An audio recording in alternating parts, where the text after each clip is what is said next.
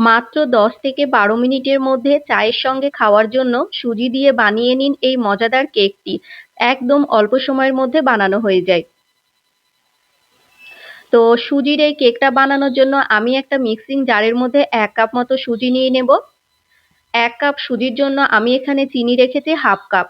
১/২ cup চিনিটা দিলে কিন্তু মিষ্টিটা একদম পারফেক্ট হয়। এবার খুব সুন্দর মতো ব্লেন্ডারে ব্লেন্ড করে নিতে হবে। তো খুব ভালো মতো করে ব্লেন্ডারে ব্লেন্ড করে নিয়ে একটা পাত্রে আমি নিয়ে নিয়েছি। এবার এটার মধ্যে ২ থেকে ৩ টেবিল চামচ, ওই ৩ টেবিল চামচ মতো সাদা তেল দিয়েছিলাম। এবার সুজির সঙ্গে তেলটাকে খুব ভালো মতো মিশিয়ে নিতে হবে। এটা কিন্তু সম্পূর্ণ ডিম ছাড়াই হবে। ডিম ছাড়াই খেতেও খুবই ভালো হয়। তো খুব ভালো মতো আমি তেলটাকে সুজির সঙ্গে মিশিয়ে নিয়েছি। ১/২ টেবিল চামচ লবণ দিয়ে দেব। আর এখানে ২ টেবিল চামচ দিয়ে দেব গুঁড়ো দুধ। এবার অল্প, অল্প রুম টেম্পারেচারে থাকা দুধ দিয়ে খুব সুন্দর মতো মিশ্রণটাকে মিশিয়ে নিতে হবে। এখানে আমি ১.৫ কাপ মতো দুধ নিয়েছিলাম, তবে আমার ১/২ কাপেরও কম লেগেছিল। তো আপনারা একসঙ্গে বেশি দুধ দিয়ে দেবেন না। অল্প ফার্স্টে অল্প দুধ দিয়ে মিশিয়ে নেওয়ার পর পরবর্তীতে যদি একটু শক্ত মনে হয়, মানে দুধের প্রয়োজন হয়, তাহলে অল্প একটু দিতে পারেন। তো আমার এখানে ১/২ কাপেরও কিন্তু কম দুধ লেগেছিল। খুব ভালো মতো মিশিয়ে নিয়ে এটাকে আমি ৫ মিনিটের জন্য রেস্টে রেখে দিয়েছিলাম। ৫ মিনিট পর এটার মধ্যে দিয়ে দেব ১ টেবিল চামচ ভ্যানিলা এসেন্স। ভ্যানিলা এসেন্সটা দিলে ফ্লেভারটা যেমন সুন্দর আসে, খেতেও ভালো লাগে। তো আমি ভ্যানিলা এসেন্স দিয়েও কিন্তু খুব ভালো মতো মিশিয়ে নেব।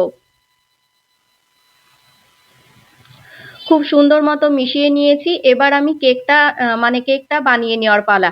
কেকটা বেক করার আগ মুহূর্তে, মানে যখন বেক করবেন তার আগেই কিন্তু এই বেকিং পাউডারটা দিতে হবে। তো আমি ১/২ টেবিল চামচ মতো বেকিং পাউডার দিয়ে খুব সুন্দর মতো মিশিয়ে নিয়েছিলাম।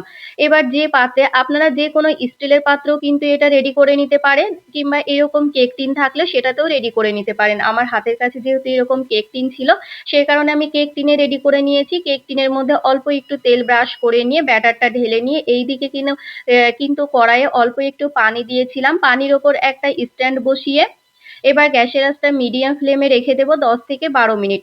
১০ থেকে ১২ মিনিট পর আমি এই তো চেক করতে এসেছিলাম। ১২ মিনিটের মধ্যেই কিন্তু আমার কেকটা একদম রেডি হয়ে গিয়েছে।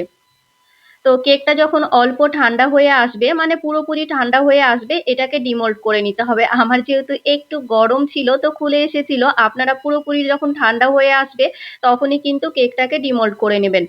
এবার আমি আমার পছন্দ মতো, মানে এইরকম চৌকো আকার করে কেকটাকে পিস করে নেব।